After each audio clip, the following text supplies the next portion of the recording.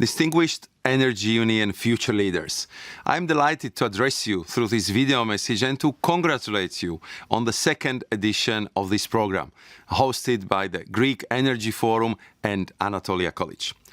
As you know, over the past 5 years, I have had the privilege to lead the European Commission's Energy Union project. But the Energy Union does not need a leader. It needs many leaders. It needs talented men and women like yourselves who can reflect, invest, take ownership and implement the Energy Union all across Europe. I'm proud to say that at the time you are watching this, the Energy Union is fully implemented at the European level. But there is still a great work to be done at national, regional and city level. There is a tremendous role for investors, corporates and consumers. There is a great room for researchers, developers and citizens. That is even more so in the case of Greece, which is literally at the heart of Europe's energy system, becoming a critical hub.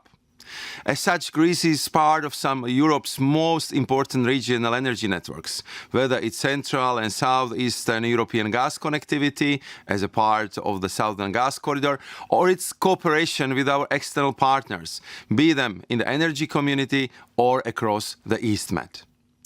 This makes Greece an important actor in Europe's diversification strategy, diversification into new energy sources, new transportation routes, and new infrastructure.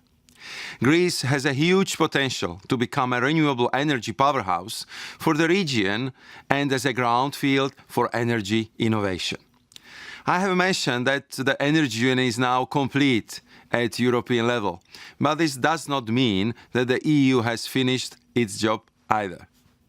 Our obligation and targets towards the next decades are even more ambitious than for the short term.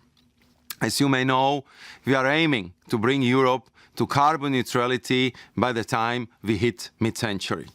Yes, the EU is the first in the world to propose the long-term strategy for 2050. Our children's generation is right to raise its voice and demand what they deserve: a livable planet. They will, therefore, be the generation who will see this incredible transition from a national, centralized, fossil-based energy into cross-national, decentralized, renewable energy. The infrastructure is being built. The legal and regulatory framework is now in place and will now be translated to national level. The transition is happening in front of our eyes, and it is the most significant one this continent has seen since the Second Industrial Revolution. Living through this historic period is not only a privilege, but an obligation and a responsibility to ensure we do it in the most efficient, cost-effective, innovative, and inclusive way. Let me therefore conclude in the words of the famous Greek thinker Socrates.